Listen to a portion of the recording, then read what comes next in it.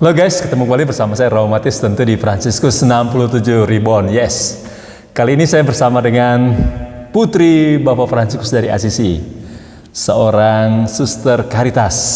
Namanya adalah Suster Hilaria FCH. Suster ini menarik. Biasanya kalau kita mendengar para suster, itu tugasnya biasanya sekitar sekolah, rumah sakit, rumah retret, atau mengajar, memimpin ibadat, semacam itu.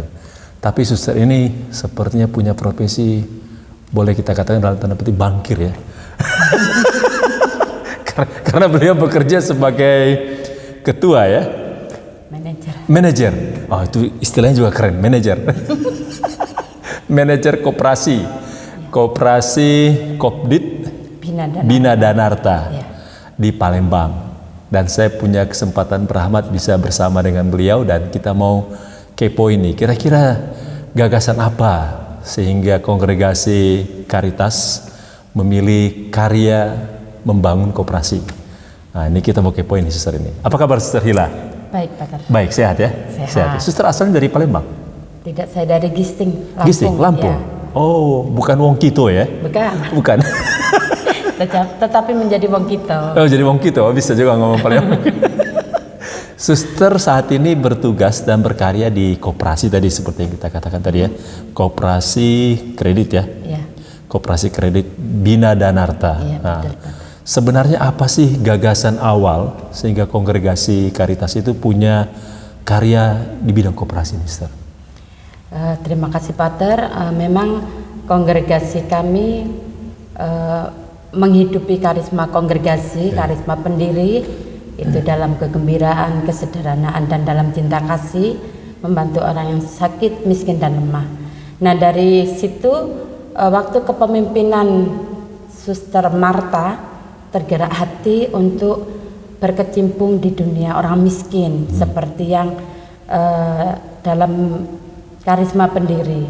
Lalu beliau memulai berkoordinasi dengan Bang Purbadanarta di Semarang. Bang Purbadanarta. Di Semarang. Nah, itu kita belajar di sana dulu bagaimana mendirikan seperti itu, Bang, seperti itu untuk orang-orang kecil. Lalu tahun 95 dari pihak Semarang itu mengutus 2 orang untuk mengajari suster kita yang di sini. Awalnya memulai untuk ya menyiapkan administrasinya dan macam-macam. Lalu tahun 96 diutus Suster Grace untuk ke Semarang.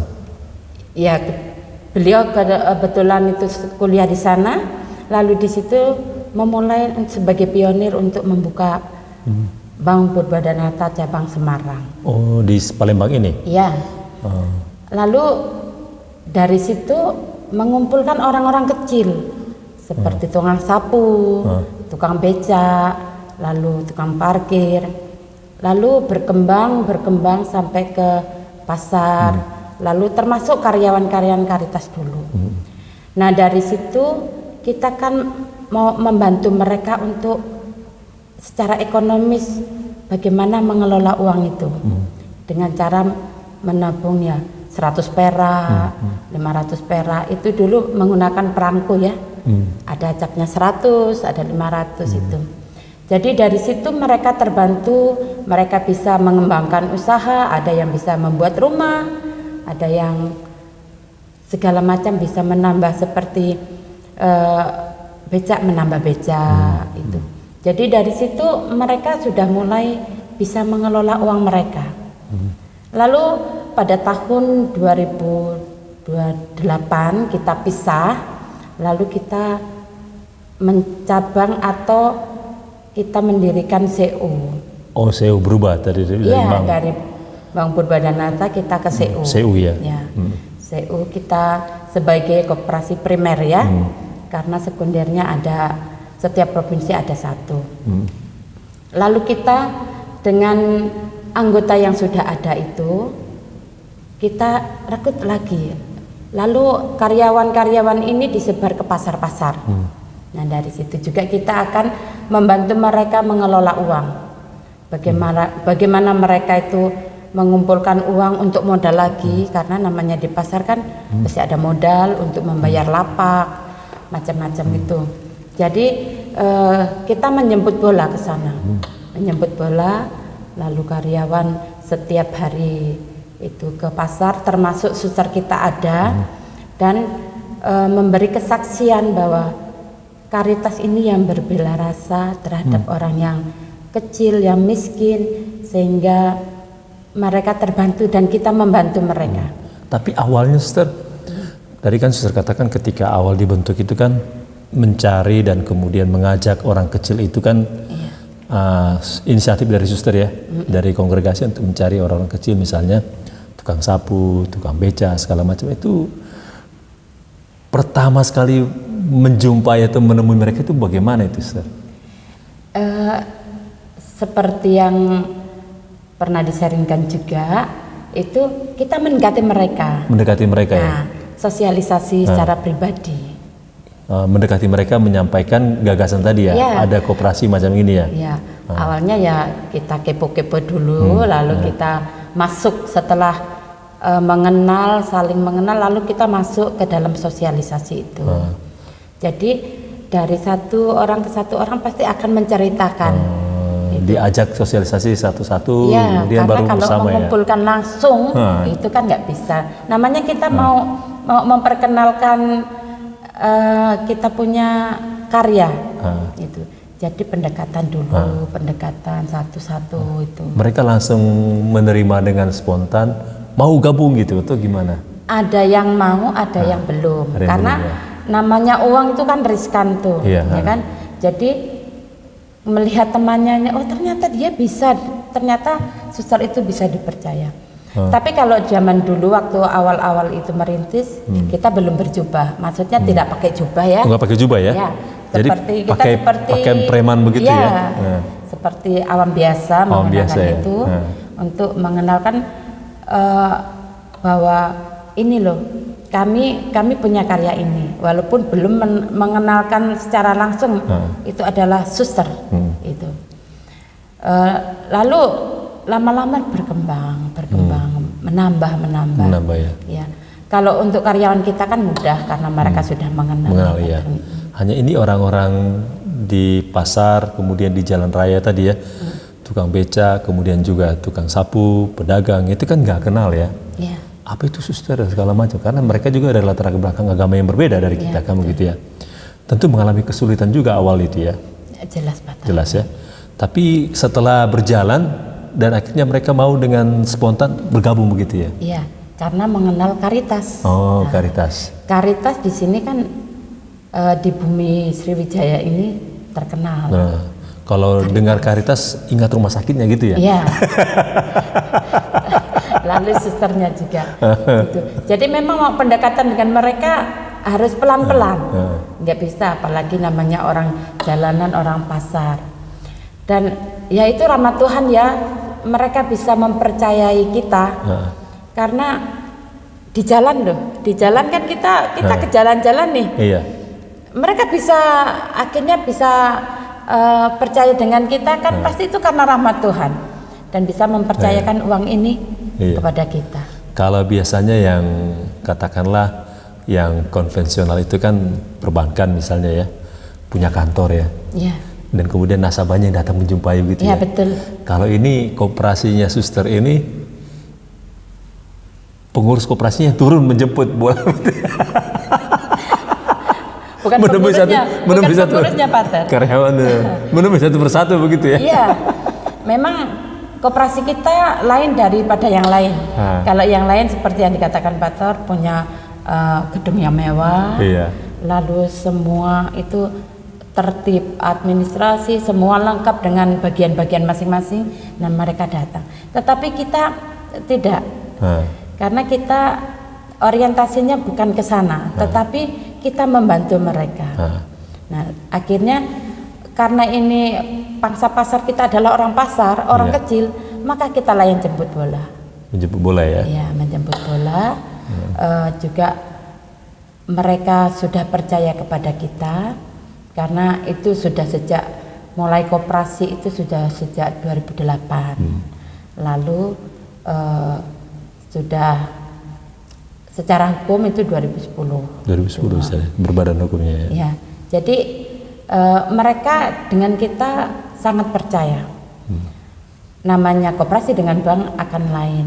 Dengan bank kan banyak sekali syarat-syaratnya. Lalu setiap bulan kan uang berkurang. Tapi kalau di koperasi mereka percaya dan uang mereka tidak berkurang. Itu yang menjadi pegangan mereka. Dan kehadiran kita juga tidak hanya untuk mengambil atau menerima uang, tetapi itulah nilai tertinggi yang boleh ditanamkan oleh pendiri kami Mother Teresa Markus, menjadi keluarga, menjadi tempat curhat, menjadi teman. Jadi tidak hanya semata-mata tadi ngumpul uang tadi ya. Kalau mereka mau menabung kita kumpul, kalau mereka meminjam kita beri, tapi juga yang lebih jauh dari situ menciptakan relasi keluarga tadi ya. Betul, betul. Jadi ada di sana perjumpaan itu perjumpaan sebagai saudara, saudari, keluarga begitu Suster ya. Sejauh yang Suster alami itu apa yang mereka rasakan ya ketika Suster bertemu dengan mereka dan kemudian mereka menjalani itu bersama-sama, artinya pengalaman apa yang bisa mereka sampaikan ke Suster ya? Ya, memang beberapa kali saya ikut terjun ke pasar, tidak setiap hari tapi beberapa kali. Tidak hanya satu pasar, karena kami ada sekitar 7 atau 8 pasar, Pater. 8 pasar ya? Berapa itu pesertanya, anggotanya yang nasabah ikut, para pedagang tadi yang ikut itu? Hampir 2000 ya Pak. 2000 besar sekali ya? Iya, tetapi dari situ kita pelan-pelan menarik mereka untuk menjadi anggota. Karena anggota inilah yang diperlukan kan untuk membangun sebuah koperasi gitu. Jadi di situ mereka mengatakan kita sudah berpakaian suster ya untuk terjun ke masyarakat karena mereka sudah mengenal kita dan justru karena suster juga kita dipercaya seperti itu. Jadi mereka merasakan bahwa mereka terbantu, senang dan bahagia karena dengan ikut ini mereka bisa menabung, bisa mengelola uang, bisa mencari modal, itu sehingga mereka bisa menghidupi baik keluarga mereka maupun karya yang mereka lakukan sekarang ini. Jadi saya juga sebagai penanggung jawab kantor juga merasa senang bahwa karyawan kami itu sebutannya PPW ya, pegawai paruh waktu, itu menyampaikan rasa senangnya mereka, bahagia mereka karena mereka terbantu. Dan mereka juga senang selain di dalam kekeluargaan, uang mereka tidak berkurang. Lalu untuk meminjam juga tidak begitu sulit kalau memang semua persyaratannya ini ada. Mudah ya, administrasinya juga mudah ya. Jadi yang diberikan itu pelayanannya itu tadi menabung dan meminjam ya? Iya, karena namanya koperasi itu hanya simpan pinjam. Simpan pinjam ya. Dan mereka menggunakan pinjaman itu biasanya untuk modal ya? Untuk modal ya. Untuk modal ya. Sejauh mana Suster bisa lihat dan kemudian rasakan ya, kira-kira dari berdirinya pelayanan koperasi ini itu bagi anggota-anggota itu sangat membantu Suster. Pernah nggak mereka cerita, terima kasih Suster ya kami sudah ini, atau Suster lihat sendiri gitu ya, oh tingkat ekonomi dia menjadi naik, bagaimana? Iya Pater, mereka memang mengatakan sendiri bahwa mereka bisa, mereka dipermudah untuk menambah modal mereka, karena kan mereka akan bergulir. Kalau saat mereka sudah mau habis, apakah mereka mengambil tabungan ataukah mereka pinjam, itu hak mereka. Kita tidak bisa mencegah karena itu uang mereka. Lalu ya bisa melihat juga rumah mereka juga kan bisa menjadi indikator bangun. Ada yang punya mobil, ada yang punya itu. Jadi tidak melulu mereka hanya untuk modal, tetapi bisa untuk membangun rumah mereka, untuk menyekolahkan mereka, bahkan untuk menyekolahkan anaknya yang masuk angkatan gitu. Kuliah semacam itu ya? Ya, angkatan entah angkatan laut atau udara itu ada. Gitu. Jadi kita komplek ya, anggota kita komplek bukan hanya orang pasar, tapi ada karyawan dari rumah sakit, ada karyawan jompo, karyawan RR. Nah itu tadinya yang mereka menabung kita alihkan ke anggota, karena mereka juga yang misalnya di RR ini ada misi tertentu untuk mereka menabungkan itu, gitu. Jadi mereka ada peningkatan dan kesejahteraan hidup. Jadi sehari-hari suster itu berhadapan dengan angka-angka uang tadi ya? Iya. Boleh kita katakan dalam tanda petik nih, bangkir di sebelah kiri saya. Yang dipusingkan. Suster punya latar belakang studi dipersiapkan oleh kongregasi terkait dengan itu sebenarnya ya? Tidak juga sih Pak. Tidak juga ya? Saya dulu manajemen. Manajemen ya? Lalu untuk hal ini saya baru ya? Baru sekali. Tetapi kan segala ilmu atau apa kita bisa pelajari dan kita bisa bertanya dengan yang lain. Sehingga apa sih koperasi itu ya? Bagaimana sih sepak terjangnya itu? Memang kalau mau dibandingkan dengan koperasi lain kita sangat di bawah, tetapi kita punya nilai tertinggi bahwa kita mengangkat derajat mereka. Orang-orang kecil ini, jadi sebagai persaudaraan, jadi karya ini tidak melulu mencari uang. Artinya itu relasinya bukan relasi angka-angka tadi ya? Iya. Datang menerima sumbangan mereka, menerima tabungan mereka dan kemudian meminjam, kasih angka lagi. Iya. Bukan relasi angka-angka tadi ya, tapi lebih jauh dari situ sebenarnya spiritnya relasi kekeluargaan tadi ya. Akhirnya mereka merasa sebagai saudara dan mereka dari sisi ekonomi terbantu ya, Suster ya? Iya, sangat terbantu ya. Dan Suster pernah kebayang nggak akan tugas di tempat seperti ini ya? Tidaklah. Tidaklah, Cak Mano. Berat ya. Namanya mengurusi uang orang itu begitu banyaknya. Karena sehari minimal kami itu kalau sepi ya, pasar sepi ya, itu di atas 40 juta sehari. Sehari 40 juta ya? Ya. Jadi kalau bisa 100 lebih, bisa ini. Jadi saya harus dari modal nol ini ya, harus belajar mengelola uang orang banyak itu bagaimana. Dan suster nggak kebayang dulu itu akan tugas seperti ini tugasnya? Enggak. Dulu bayangannya menjadi suster itu apa, Suster? Saya dulu sederhana sekali menjadi suster yang baik saja. Yang baik. Yang baik itu yang bagaimana? Untuk orang lain. Berguna. Ini kan bagian juga berguna. Itu. Tapi yang konkret tugas suster itu dulu bayangannya apa dulu? Ya, karena tugasnya dulu dari Sanata Dharma itu manajemen dan saya ditugaskan dari pendidikan, membayangkan saya akan bekerja di pendidikan. Di sekolah ya. Tapi setelah lulus tidak pernah. Tidak pernah di pendidikan ya. Malah jadi langsung di rumah sakit, lalu di IMP Universitas Musikaritas, lalu ke sini. Lalu ke sini ya. Ya. Dari pemahaman dulu kan menjadi sesuatu pengennya doa aja kali ya. Ini malah pegang duit ya. Duit banyak lagi. Duit banyak lagi. Orang banyak. Dari sepanjang karya suster ya, tadi kan sudah katakan karya di rumah sakit, kemudian studi, kemudian juga karya di yayasan ya, yayasan musik tadi ya. Lalu kemudian sekarang di bagian koperasi nih, bersentuhan langsung dengan masyarakat kecil ya, pedagang, kemudian tukang becak segala macam itu ya. Bertemu langsung dengan mereka. Dari sepanjang karya suster itu yang paling berkesan bagi suster yang mana? Kalau yang berkesan ya di sini. Sekarang ini ya? Koperasi. Karena apa ya? Seperti yang selain nilai tertinggi tadi, saya memang berusaha untuk mewujudkan karisma pendiri. Kongregasi ini kan tempat kami karyanya besar, besar-besar. Rumah sakit, memang rumah sakit berhadapan dengan pasien. Andaikan saya di rumah sakit, saya tidak berhadapan dengan pasien. Lalu di pendidikan, tapi di sini saya bisa menemui orang-orang kecil, orang-orang yang sangat membutuhkan. Pernah saya didatangi oleh orang tua renta sekali, dengan istrinya, dengan anaknya, dengan rentenir. Mereka rentenir. Oh, menemui suster. Rentenir ini mengambil uang dari kami, dia jalankan. Nah, bapak ini sebetulnya sudah selesai utang dia, tapi anaknya ini nyambung ke rentenir ini. Jadi anaknya agak nakal. Lalu orang tua itu sampai menangis. Ah, Saya tidak bisa tahan melihat orang tua yang menangis.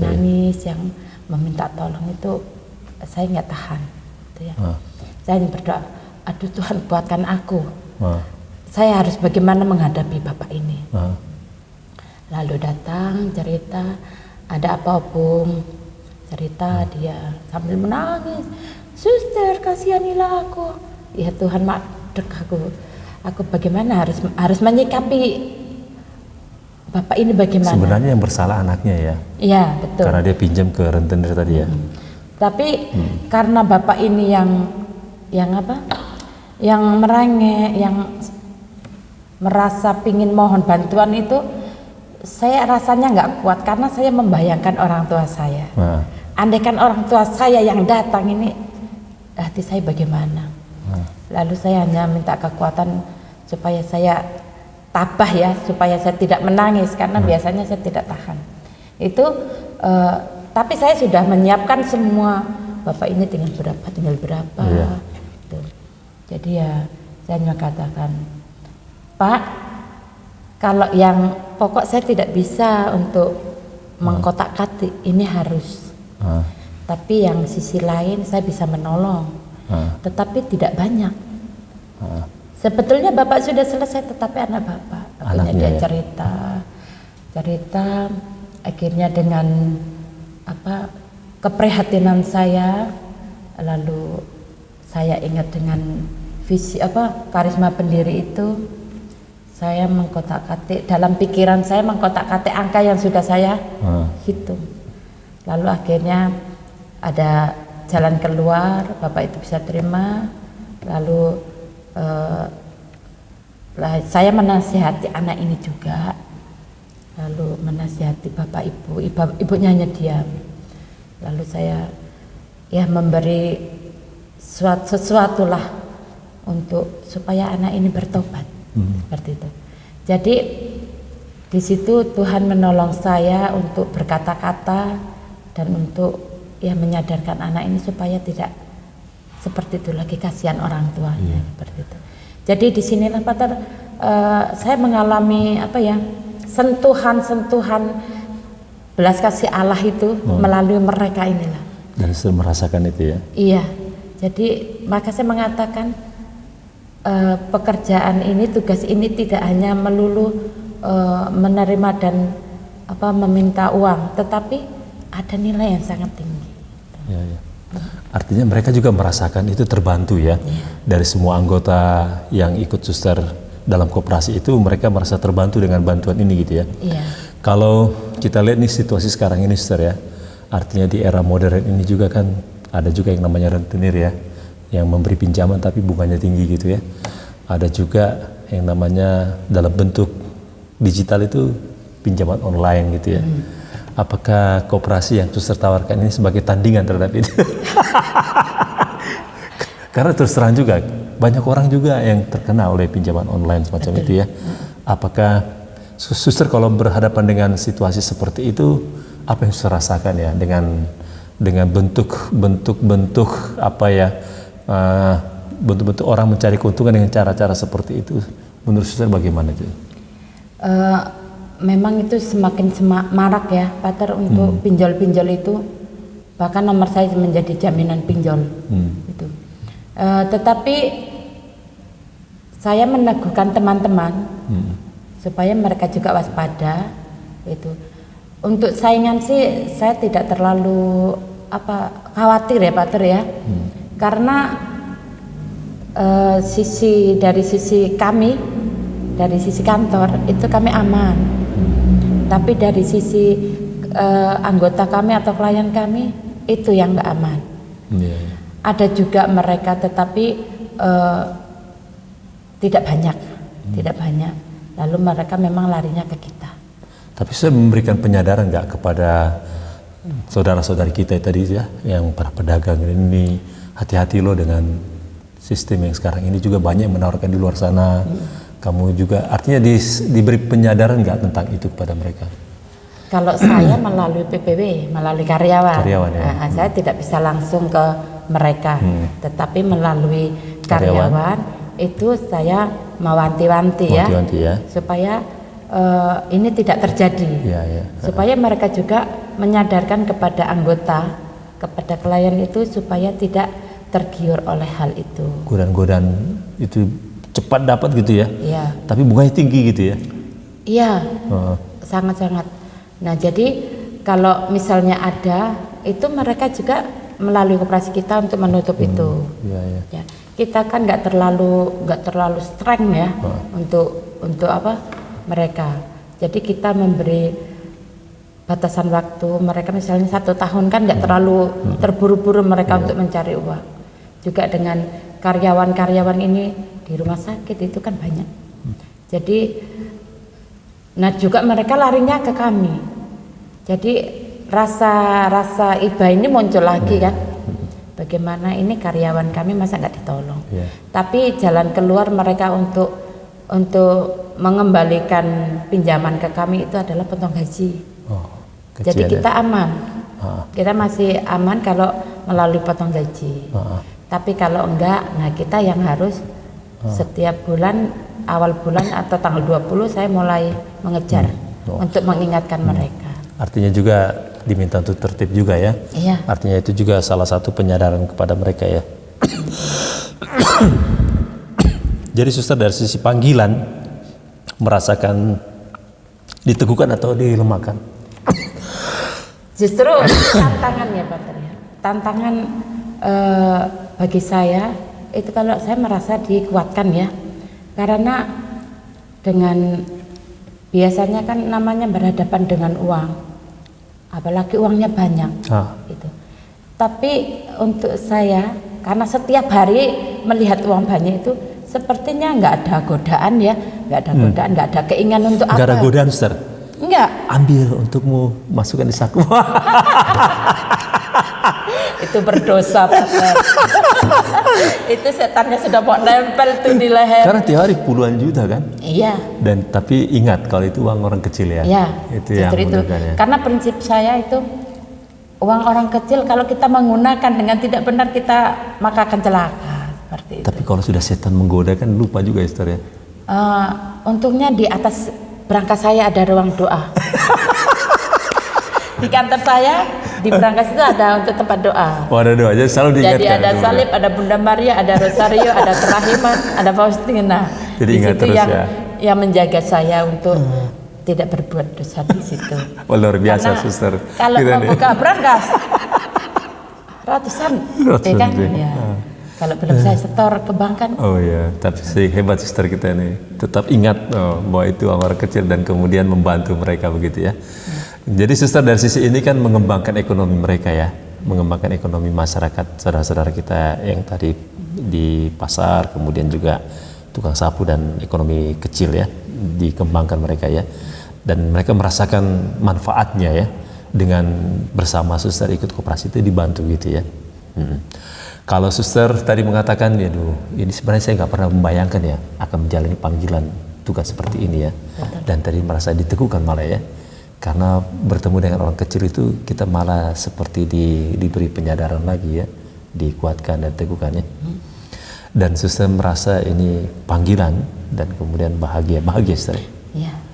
Nggak merasa kesulitan. Kesulitan ada jalan keluarnya sendiri. Jalan keluarnya. Tantangan apa yang paling kira-kira suster rasakan sebagai tantangan berat gitu ya, menjalankan tugas sebagai seorang religius? Yang dalam pemahaman kita tadi kan kalau menjadi suster berdoa saja gitu ya, atau mengajar, atau kemudian di rumah sakit. Ini mengelola uang ini ya, semacam bank lah kalau berjalan dalam petik ya. Kira-kira tantangan apa yang paling besar dan kemudian yang pernah suster alami gitu ya?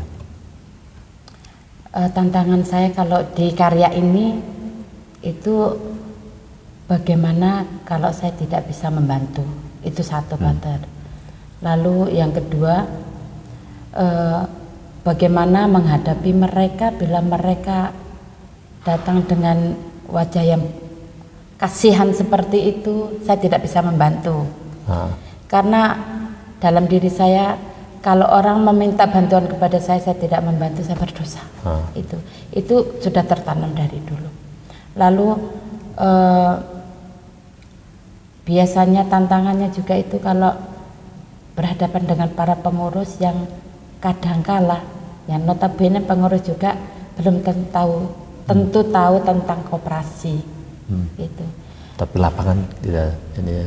Iya, karena pengurus itu kan nggak terjun langsung, situasi pengurus lapangan, itu kan nggak wajib di kantor, jadi mereka kan sepak terjang kami nggak ngerti. Jadi andaikan saya bercerita keluhan-keluhan ini, kalau nggak ditanggapi rasanya kan gimana sih, apalagi kita menghadapi dengan pemerintah, dengan dinas, itu kan kita harus tetap bertemu mereka, kita harus memberi penjelasan kepada mereka. Itu kadang yang menjadi ganjalan saya, pengurus ini ya sebegitu ya. Jadi cukup simpan dalam hati ya. Iya, kita mau istilahnya mau berterima apa nggak bisa, karena mereka juga kan tugasnya banyak, seperti itu ya. Jadi kalau pas pertemuan itu baru saya menjelaskan kepada mereka, ini begini loh perkembangannya, begini. Nanti ada undangan dari dinas, silakan pengurus untuk mengutus siapa. Tapi ujung-ujungnya larinya ya ke saya gitu.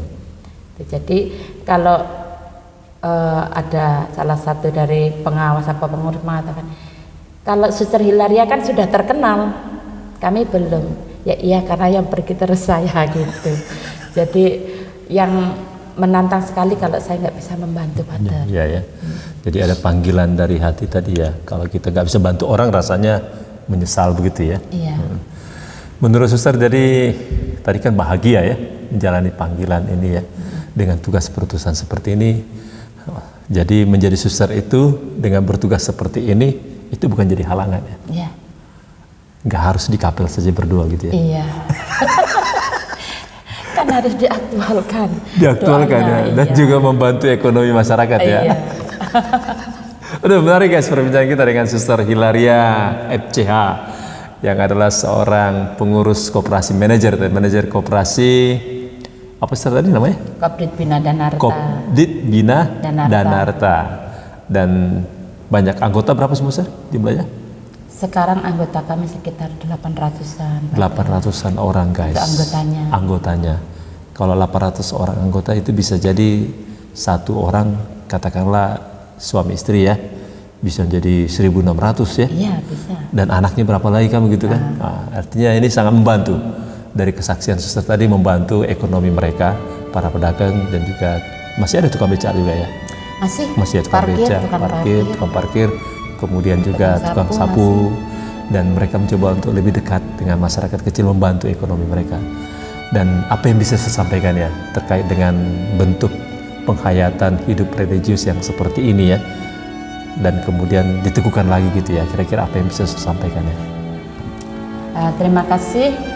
Kita sebagai religius memang hidup kita untuk berdoa, untuk membantu mereka yang membutuhkan doa-doa kita, tetapi kita tidak menutup kemungkinan untuk membantu orang di luar, dalam arti orang yang kecil, orang yang miskin, sehingga apa yang kita doakan itu bisa kita realisasikan kepada mereka, dan pasti Tuhan akan menyertai kita kemanapun dan dimanapun kita berada.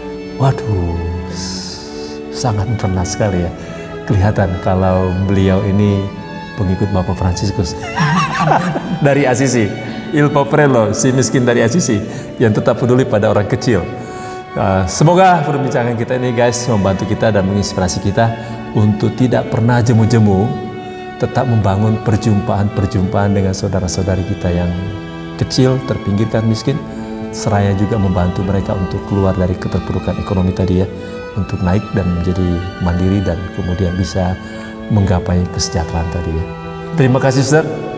Ya. Salam.